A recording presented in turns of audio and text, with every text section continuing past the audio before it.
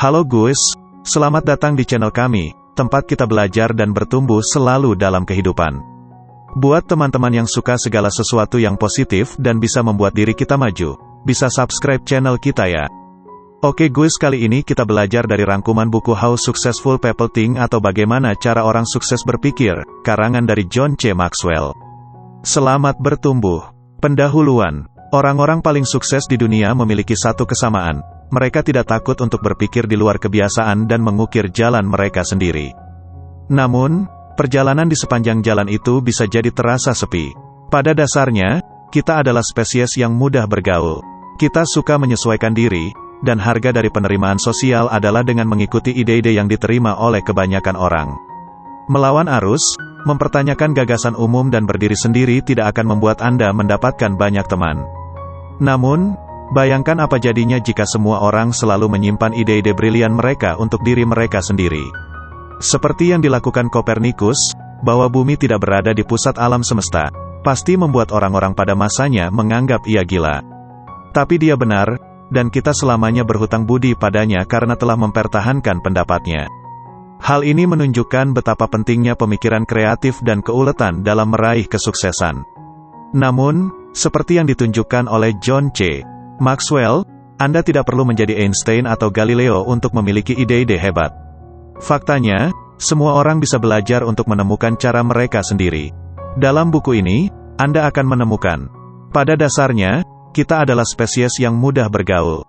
Kita suka menyesuaikan diri, dan harga dari penerimaan sosial adalah dengan mengikuti ide-ide yang diterima.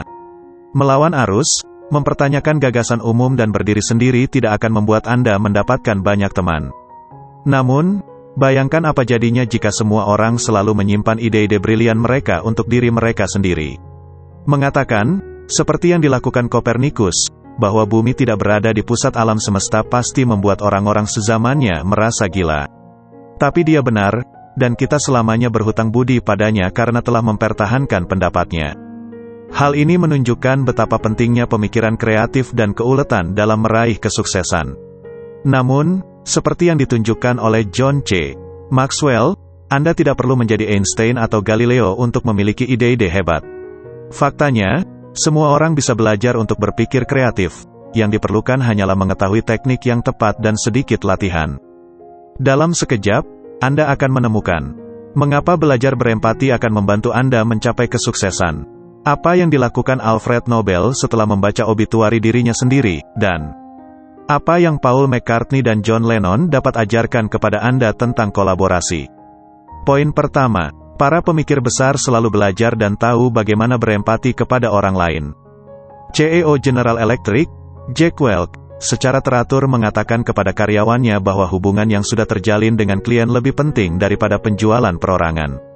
Mengapa? Karena dia tahu bahwa untuk menjadi sukses dalam jangka panjang, terkadang kita harus meninggalkan hal-hal kecil sejenak dan mempertimbangkan gambaran yang lebih besar. Tapi bagaimana Anda bisa mulai mengembangkan pemikiran yang lebih besar? Dengan memastikan Anda selalu belajar. Pemikir yang memiliki gambaran besar selalu mencari kesempatan untuk belajar.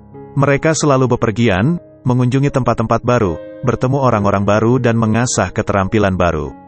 Penulis memiliki teknik praktis yang menempatkannya pada pola pikir yang tepat untuk melakukan hal tersebut. Ia memulai harinya dengan melihat jadwalnya dan bertanya pada dirinya sendiri tentang kesempatan belajar apa yang mungkin muncul hari itu.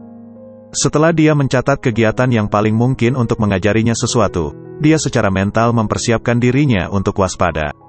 Itu berarti dia lebih mudah menerima apa yang terjadi di sekelilingnya. Contoh, ketika dia pernah makan malam dengan pelatih National Football League, NFL, Dave Wannstedt misalnya, dia sudah sangat siap. Dia menggunakan waktu tersebut untuk mengajukan berbagai pertanyaan tentang kerja sama tim dan meninggalkan restoran dengan wawasan baru. Hal ini juga bisa Anda lakukan. Luangkan waktu beberapa menit setiap pagi untuk memeriksa jadwal Anda dan tanyakan pada diri Anda sendiri kesempatan apa yang bisa Anda dapatkan untuk mempelajari hal-hal baru yang mungkin Anda temui. Berusaha untuk menjadi pemikir yang memiliki gambaran besar itu penting, karena hal ini akan memberikan Anda jendela untuk melihat bagaimana orang lain melihat dunia. Dengan kata lain, hal ini membuat Anda lebih berempati. Dan hal ini baik untuk hubungan Anda, baik klien, suami atau istri, anak atau teman, berempati dengan orang-orang di sekitar Anda akan membantu Anda memahami apa yang mereka inginkan dan butuhkan. Melihat gambaran besar pada akhirnya akan membantu Anda berpikir di luar kepentingan sempit Anda dan mempertimbangkan kepentingan orang lain.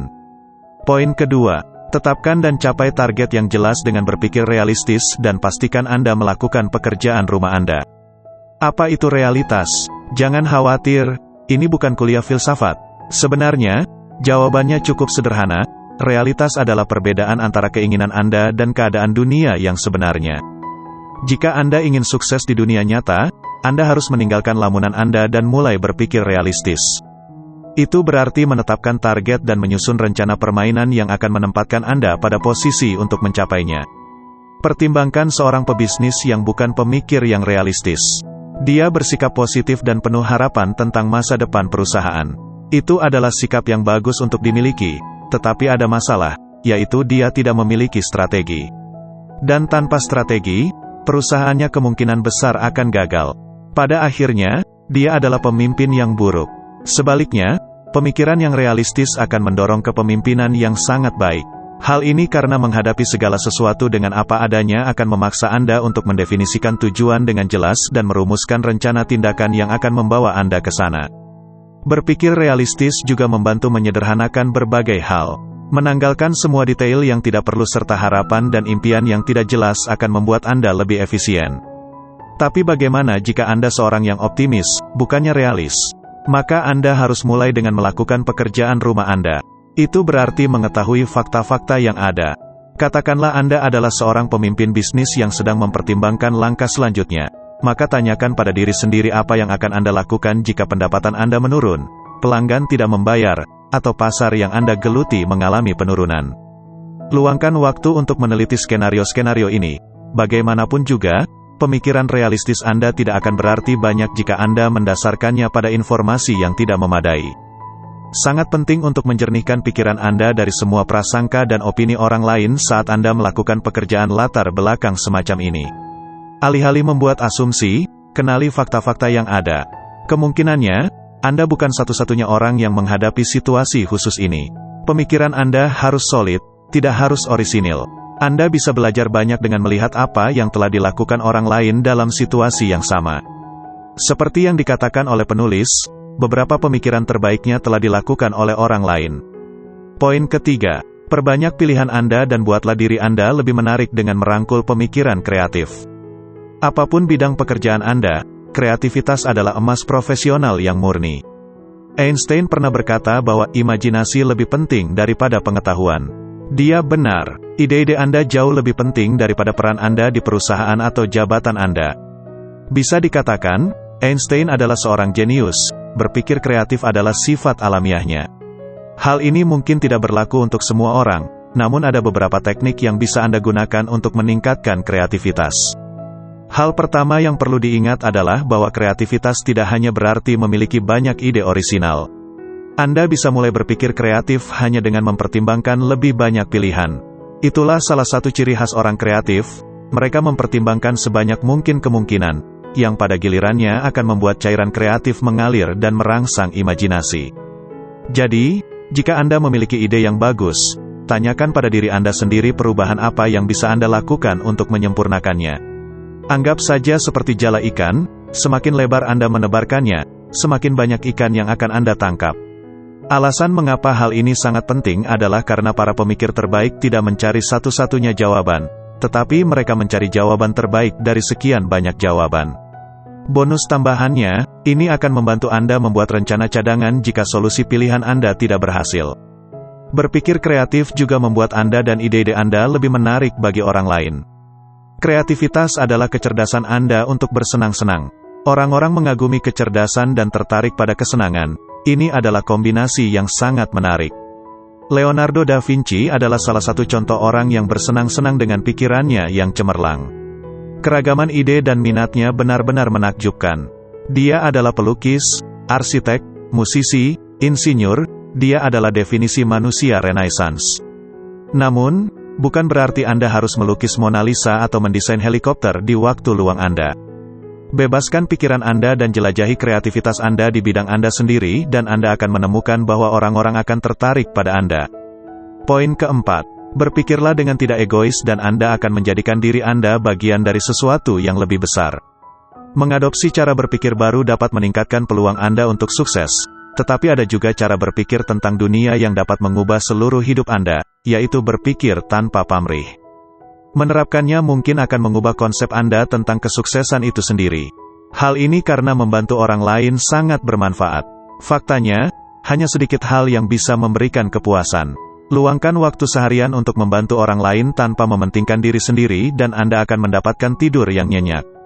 Ambillah pelajaran dari Alfred Nobel, yang mempelajarinya dengan cara yang sulit. Ketika dia membaca koran suatu hari, dia terkejut menemukan berita kematiannya sendiri. Tentu saja itu adalah sebuah kesalahan berita koran, tetapi itu adalah pengalaman yang mengubahkan hidupnya. Karena di koran itu tertulis bahwa dia adalah seorang penemu peledak dinamit, yang telah menyebabkan begitu banyak kematian di dunia. Nobel sangat terkejut dengan pandangan dunia atas warisan penemuannya itu. Didera rasa bersalah, ia memutuskan untuk memberikan kontribusi yang lebih positif kepada dunia dengan mendukung perdamaian. Dan akhirnya di tahun 1895 muncullah gagasan tentang hadiah Nobel, penghargaan yang diberikan sebagai pengakuan atas pencapaian penting di berbagai bidang. Hal ini menunjukkan bahwa meskipun Anda telah mengejar tujuan yang egois sepanjang hidup Anda selalu dapat merubah hidup Anda saat ini. Namun, hal terbaik dari pemikiran yang tidak egois adalah bahwa hal ini memungkinkan Anda untuk menjadi bagian dari sesuatu yang jauh lebih besar daripada diri Anda sendiri. Itulah yang ditunjukkan oleh perusahaan farmasi Merck & Company pada pertengahan tahun 1980-an. Perusahaan ini memutuskan untuk mencapai lebih dari sekadar meraih keuntungan yang semakin besar. Setelah berhasil mengembangkan obat untuk river blindness, yaitu penyakit yang menimpa jutaan orang di negara berkembang, perusahaan ini memutuskan untuk memberikan obat tersebut secara gratis. Bagaimanapun juga, mereka yang paling membutuhkannya adalah mereka yang paling tidak mampu membelinya. Hal ini menjadi landasan perusahaan bahwa manusia lebih penting daripada keuntungan.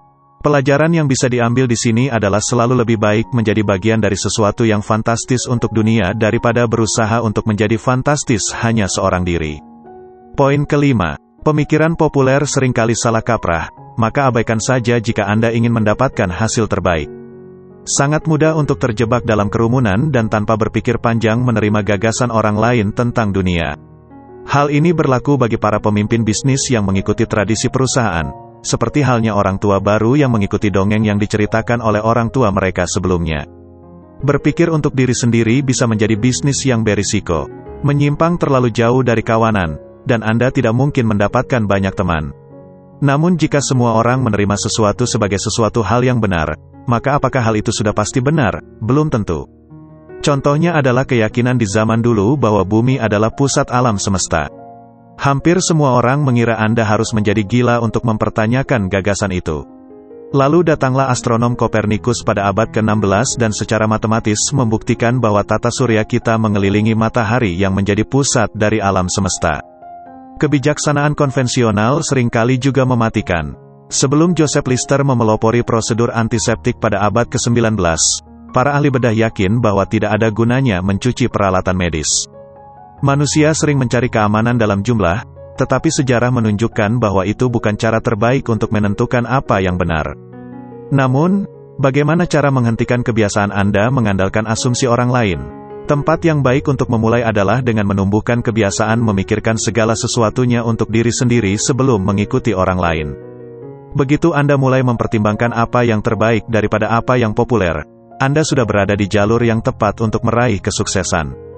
Ambil contoh beberapa minggu setelah serangan teror 9/11, ada persepsi yang tersebar luas bahwa tidak aman untuk terbang atau mengunjungi New York. Penulis melihat hal yang berbeda.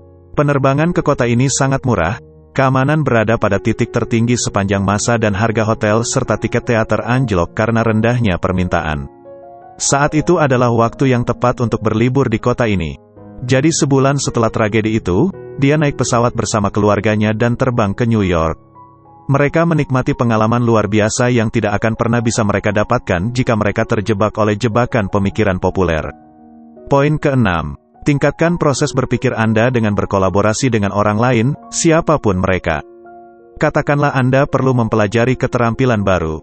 Jadi bagaimana Anda akan melakukannya? Anda akan meluangkan waktu untuk mencari tahu sendiri atau Anda akan meminta seseorang yang sudah ahli untuk mengajari Anda seluk-beluknya.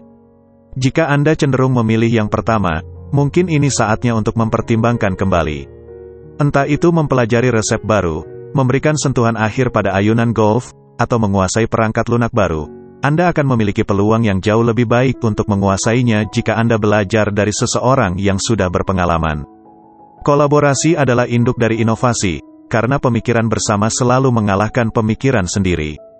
Hal ini mungkin terdengar sedikit berlawanan dengan intuisi, karena banyak para pemikir brilian sering digambarkan sebagai solois yang merenung dan bekerja sendirian. Namun bukan itu masalahnya, karena terobosan inovatif jarang terjadi dalam ruang hampa. Terobosan lebih sering lahir karena hasil dari orang-orang yang bekerja sama. Einstein sering mengatakan bahwa pencapaiannya dibangun atas kerja keras orang lain. Contoh lainnya adalah karya duo brilian seperti ilmuwan Pierre dan Marie Curie atau musisi hebat Paul McCartney dan John Lennon. Ketika orang-orang menggabungkan bakat dan ide unik mereka, hasilnya bisa luar biasa. Namun sebelum Anda bisa mulai bekerja sama dengan orang lain, Anda harus mengadopsi pola pikir yang tepat.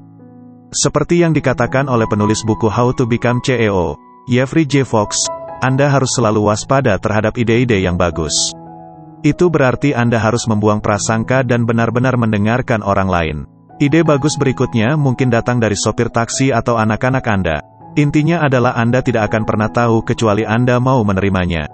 Sama pentingnya adalah berusaha untuk mengadopsi mentalitas yang didasarkan pada kolaborasi daripada kompetisi. Kerja sama terjadi ketika tujuan Anda adalah untuk melengkapi ide orang lain, bukannya mengungguli mereka. Jadi, lain kali saat Anda sedang rapat dengan rekan kerja, jangan berfokus pada egoisme untuk maju, namun bekerjalah untuk mencapai tujuan bersama tim.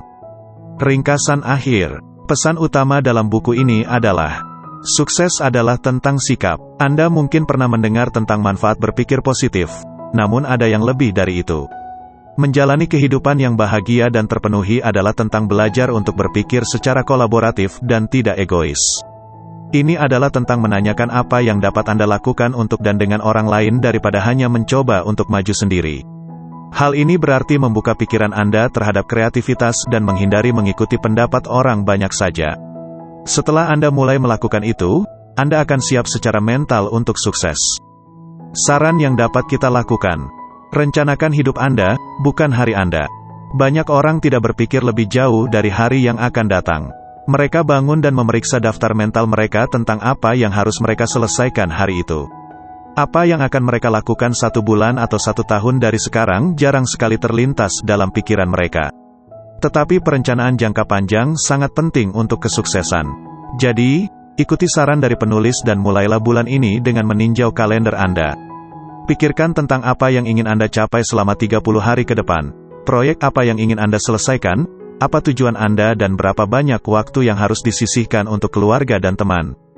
Perspektif ini akan membantu Anda menemukan waktu yang Anda butuhkan untuk menyelesaikan hal-hal yang paling penting dan membuat Anda lebih bahagia dan lebih sukses.